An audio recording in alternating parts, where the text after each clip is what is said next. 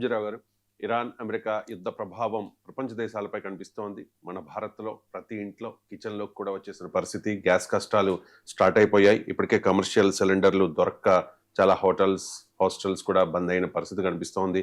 No sambar బోర్డులు కూడా చాలా చోట్ల దర్శనమిస్తూ ఉన్నాయి. అంటే యుద్ధం కొనసాగే అవకాశం ఉన్నట్లుగా స్పష్టంగా అర్థమవుతోంది. మీ విశ్లేషణలు కూడా అదే విషయం చెప్తూ ఉన్నారు. సో రాబోయే వారం 10 రోజుల్లో గ్యాస్ కష్టాలు మరింత ఎక్కువయ్యే పరిస్థితి కనిపిస్తోంది. ఇది ఎవరినో భయపెట్టడానికి చెప్పేది కాదు, ముందు జాగ్రత్తగా చెప్పే విశ్లేషణ మాత్రమే. సో ఏం చెప్పదలుచుకున్నారు? జాయింట్ కిచెన్స్, సోషల్ కిచెన్స్, కొత్త కొత్త ప్రతిపాదనలు వస్తూ ఉన్నాయి తెరపైకి, ఏమంటారు? ఎస్ అండి, ఇప్పుడు నేను ఒక కొత్త ప్రతిపాదనని ఆల్రెడీ నేను ఇప్పుడు యుద్ధానికి 20 రోజుల ముందే నేను చెప్పడం జరిగింది. యుద్ధం, గ్యాస్ సంక్షోభం భారతదేశంలో చాలా తీవ్రంగా ఉండబోతుంది. మళ్ళీ మనకు కట్టెలు పోయే దిక్క అనుకుంటూ నేను మాట్లాడడం జరిగింది. ఈరోజు అదే పరిస్థితిలోకి భారతదేశం ప్రవేశించింది. We're plunged into a deep crisis అనమాట. గ్యాస్ అనేది అంటే 2020, 2021లో వచ్చిన కరోనా సంక్షోభానికి మించిన లాక్డౌన్ సంక్షోభం ఈరోజు గ్యాస్ ద్వారా భారతదేశానికి వస్తుంది. ఇప్పటికే మనం ఏ రెస్టారెంట్కి వెళ్ళినా మెనూ చేంజ్ అయింది. కొన్ని రెస్టారెంట్లు క్లోజ్ అయిపోయినాయి. అంటే మీకు సహజంగా తెలిసిపోతుంది. పల్లెటూరులో కూడా గ్యాస్ దొరకని పరిస్థితి 45 రోజులకు ప్రభుత్వమే పొడిగించింది. గ్యాస్ కమర్షియల్ రేట్లు పెంచడం, కమర్షియల్ మొత్తాన్ని స్టాప్ చేయడం, కేవలం గృహ అవసరాలకి, డొమెస్టిక్ పర్పసెస్కి మాత్రమే గ్యాస్ని ఇవ్వడం, డొమెస్టిక్ సప్లై ఎక్కువ చేయడం అనేది మనకు తెలుస్తుంది. ఈ గ్యాస్ సంక్షోభం యుద్ధం ఇప్పుడు దీర్ఘకాలికంగా వెళ్ళే అవకాశం ఉంది. ఎందుకు నేనేంటి, ఐఎమ్ నాట్ క్రియేటింగ్ ఫ్రస్ట్రేషన్ అండి. I'm not creating any kind of fearness in society. నేను ఎప్పుడు కూడా భయపెట్టడానికి నేను మాట్లాడడం లేదు. ఫ్రైటనింగ్ అనేది ఇక్కడ అవసరం లేదు. ఇది ఒక ముందు జాగ్రత్త కానీ నేను ఇది చెప్తున్నా. అంతేగాని సోషల్ మీడియాలో భయపడిపోయి మీరు గ్యాస్ పరిగెడుతున్నారని కొంతమంది మినిస్టర్లు మాట్లాడడం, కొంతమంది పెద్ద సమాజంలో పెద్దలు మాట్లాడడం కూడా ఇక్కడ మంచిది కాదు. ముందు జాగ్రత్త తీసుకోవాలంటే ఇక్కడ రానున్న సంక్షోభాన్ని ప్రిడిక్ట్ చేసే కెపాసిటీ ఉండాలి. ఇప్పుడే చంద్రబాబు నాయుడు గారు అంటున్నారు గ్యాస్ సంక్షోభం ఉంది, సేవింగ్ చెయ్యాలి అనుకుంటూ ఆయన ఒక్కళ్ళే ఇప్పుడు రియాలిటీ మాట్లాడారు. ఇంకెక్కడా కూడా కొంత సెంట్రల్ మినిస్టర్ కూడా ఇదేదో ఫియర్ క్రియేట్ చేసేస్తున్నారు అంటున్నారు. But it's not fear and it's not to an attempt to create frightening the people, frightening the governments. ఇది ఒక ముందు జాగ్రత్త. రాబోయే విపత్తును ఎలా తట్టుకోవాలి అనేది ప్రజలకు మనం చెప్పగలగాలి. దానిలో భాగంగానే I would like to propose 2 concepts అనమాట. నెంబర్ 1 ఏంటంటే సోషల్ కిచెన్స్. మనకి పల్లెటూర్లు, చిన్న చిన్న పట్టణాల్లో సోషల్ కిచెన్స్, సామాజిక వంటశాలలు అనేవి సంయుక్తంగా అవి ఏర్పాటు చేసుకోవాలి. రెండోది ఏంటంటే ఈ పెద్ద పెద్ద సిటీస్, వైజాగ్, ఢిల్లీ, హైదరాబాద్, విజయవాడ ఇలాంటి పెద్ద పెద్ద సిటీలో అపార్ట్మెంట్ కల్చరు, ఒక్కొక్క అపార్ట్మెంట్లో 20 ఫ్యామిలీస్ ఉంటే ఇక్కడ ఏంటంటే సోషల్ కిచెన్స్ అని అక్కడ పల్లెటూరులో వస్తే ఇక్కడ జాయింట్ కిచెన్స్ రావాలన్నమాట. అంటే సోషల్ కిచెన్స్, జాయింట్ కిచెన్స్ ఇది ఒక అద్భుతమైన ప్రయోగం అనమాట. సో దట్ మనం గ్యాస్ సంక్షోభాన్ని తట్టుకోవచ్చు.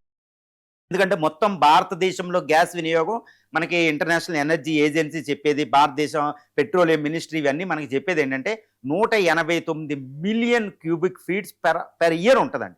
ఇందులో 50% మాత్రమే ఇండియాలో ప్రొడ్యూస్ అవుతుంది. అందులో ఎక్కువ 40% వరకే కేజీ బేసినే. ఒక రకంగా అదే కేజీ బేసిన్ ఇప్పుడు ధీరుభాయ్ అంబానీ, 5 బావి, ఓఎన్జీసీ బావులే ఇప్పుడు భారతదేశంలో 40% సప్లై ఇక్కడే ఎక్కువ ఉంది. కాబట్టి భారతదేశం సప్లై 97 మిలియన్ క్యూబిక్ ఫీట్లే. మిగిలిన 90-100 క్యూబిక్ ఫీట్లు అంతా బయట నుంచే మనకు వస్తుంది. ముఖ్యంగా ఖతారు, ఇటు ఒమన్ను, అటు సౌదీ అరేబియా, ఇరాన్ నుంచి వస్తుంది.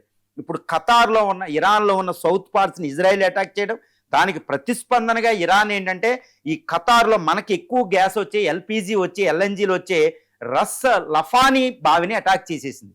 ఈవేళ యుద్ధం ఒక నెల తర్వాత యుద్ధం స్టాప్ అయినప్పటికీ అక్కడ నుంచి ఎల్పిజి, ఎల్ఎన్జీలు మనకు వచ్చే పరిస్థితి అక్కడ లేదు. ఎందుకంటే ఖతార్లో అది నాశనం అయిపోయింది. 17% గ్యాస్ కాలిపోవడం, బావి నాశనం అవ్వడం, ఆ ఇన్ఫ్రా మళ్ళీ పునరుద్ధరించాలంటే $100 బిలియన్ కావాలి. కాబట్టి యుద్ధం ఆగే పరిస్థితి ఇప్పుడు లేదు. నా అంచనా ప్రకారం యుద్ధం ఇంకో 2 నెలలు కొనసాగొచ్చు, 3 నెలలు కొనసాగొచ్చు. ఆగడం అయితే ఆగుతుంది. మళ్ళీ యుద్ధం ముగిసిపోయిన తర్వాత కూడా, హర్ముజ్ స్ట్రైట్ ఓపెన్ అయిన తర్వాత కూడా అక్కడ నుంచి ఎల్ఎన్జీ, ఎల్పిజి సప్లై రస్ లఫానీ, ఈ సౌత్ పార్ట్స్, నార్త్ డోమ్ బావిల నుంచి ఇప్పుడు వచ్చే పరిస్థితి లేదు. ఇన్ఫ్రాస్ట్రక్చర్ కాలిపోయింది, ఎల్ఎన్జీ టెర్మినల్స్, రిఫైనరీలు కాలిపోయినాయి. కాబట్టి గ్యాస్ సంక్షోభం ఇండియాలో అనివార్యమైన విషయం. It is innovatable crisis. ఇంకా అది వచ్చి పడుతుంది అంతే. మరి ఎలా తట్టుకోవాలి అంటే ఇప్పుడు మనకి సప్లై లేవు, డొమెస్టిక్ సప్లై అనేది లిమిటెడ్. కాబట్టి కమర్షియల్ లేదు.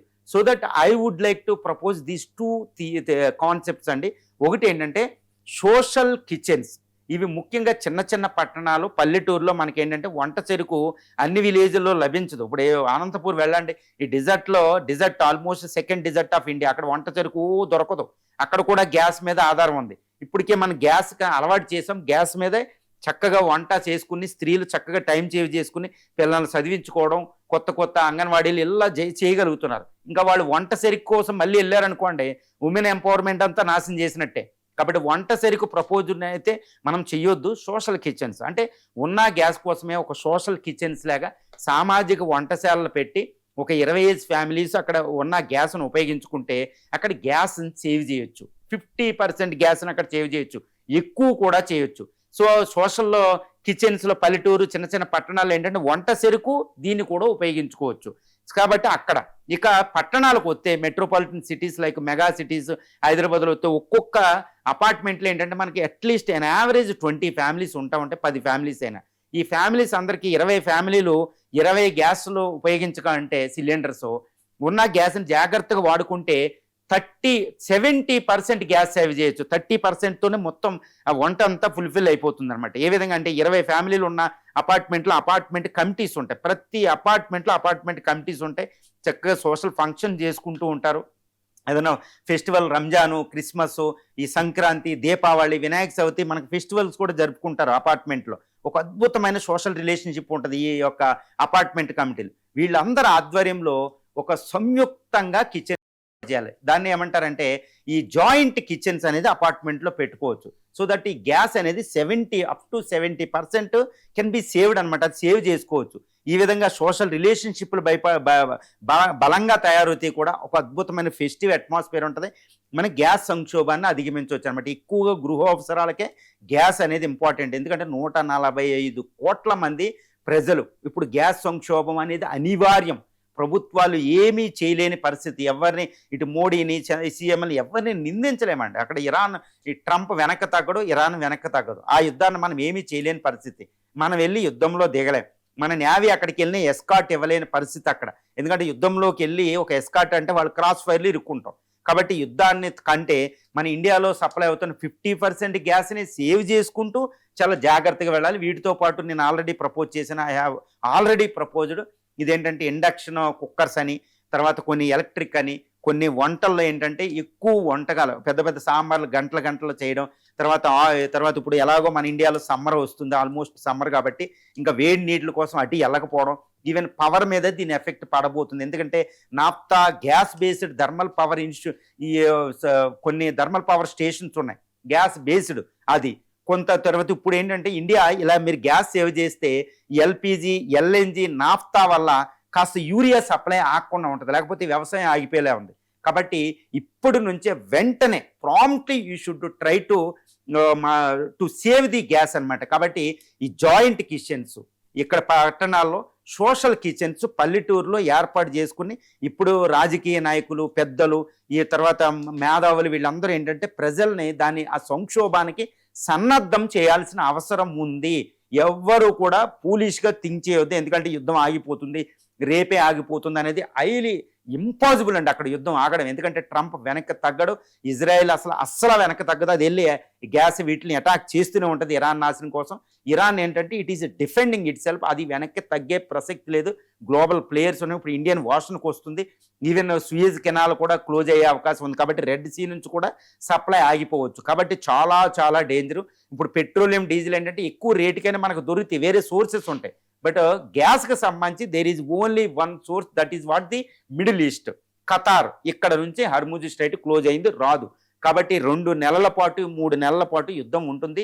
యుద్ధం ఎండ్ అయిన తర్వాత కూడా మనకి గ్యాస్ అక్కడ ఇన్ఫ్రా కాలిపోయింది, బావులు కాలిపోయినాయి. కాబట్టి గ్యాస్ పునరుద్ధరణ ఇంకొక రాదు. కాబట్టి 6 నెలల పాటు ఎవ్వరూ కూడా గ్యాస్ని సప్లైనా అక్కడ ఊహించక్కర్లేదు. కాబట్టి మనం ఇప్పుడు గ్యాస్ సంక్షోభాన్ని తట్టుకోవడానికి కావాల్సిన అన్ని చర్యలు తీసుకోవాల్సిన అవసరం ఉంది. ఇది ముందు జాగ్రత్త, ముందు హెచ్చరిక. Not to ఫ్రైటన్ the people and not to ఫ్రైటన్ the government. అదే అండి, ఏదో కరోనా వచ్చిన తర్వాత లాక్డౌన్ పెట్టుకోవడం కాదు, ముందే చర్యలు తీసుకోవాలి. చూడండి, 2వ కరోనా మనకి ఏమైంది, ఎలాంటి చాలా జాగ్రత్తగా ఉండాలి. ఈ విషయంలో అందరూ మెంటల్లీ మెంటల్గా మనం మానసికంగా ప్రజల్ని ప్రిపేర్ చేయాలి.